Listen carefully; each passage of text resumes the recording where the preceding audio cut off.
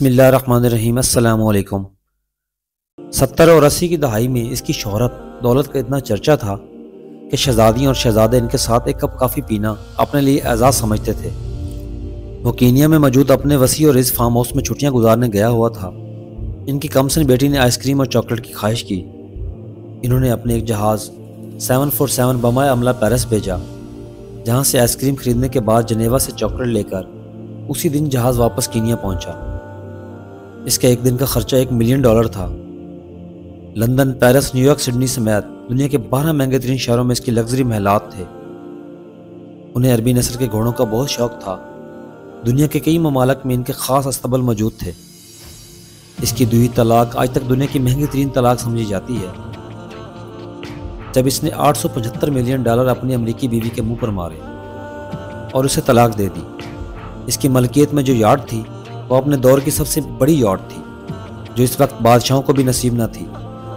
اس یاٹ میں 4 ہیلی کاپٹر ہر وقت تیار رہتے تھے، جبکہ 610 افراد پر مشتمل خدام اور عملہ موجود تھا۔ وہ یاٹ بعد میں ان سے برنائی کے سلطان نے خریدی۔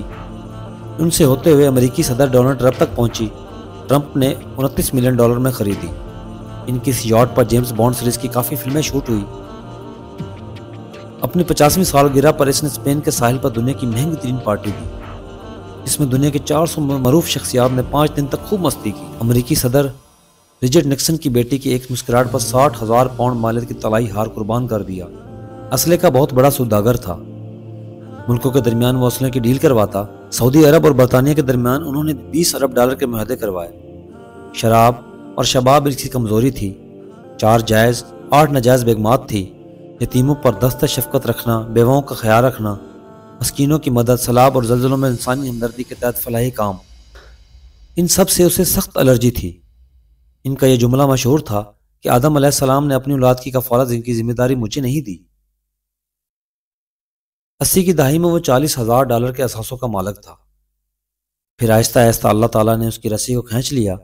اب اس کا سفر تنزلی کی طرف شروع ہوا۔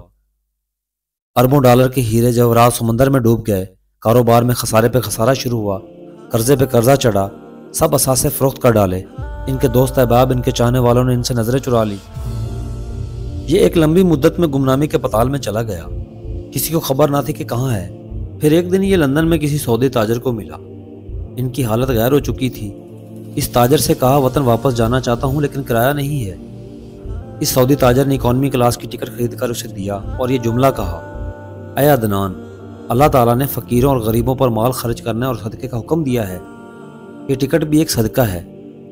اپنے دور کا یہ کھرب پتی شخص صدقے کی ٹکٹ پر عام مسافروں کے ساتھ جہاز میں بیٹھ کر جدہ پہنچا۔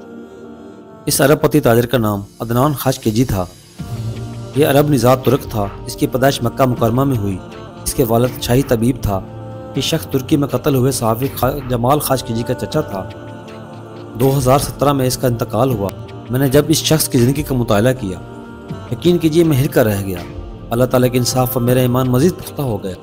یاد رکھیں، آپ جتنے بھی طاقتور ہیں، آپ جتنے بھی ثروت مند ہیں، اللہ تعالیٰ کے آگے بہت کمزور ہیں۔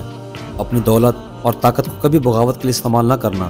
اللہ تعالیٰ کی پکڑ بہت سخت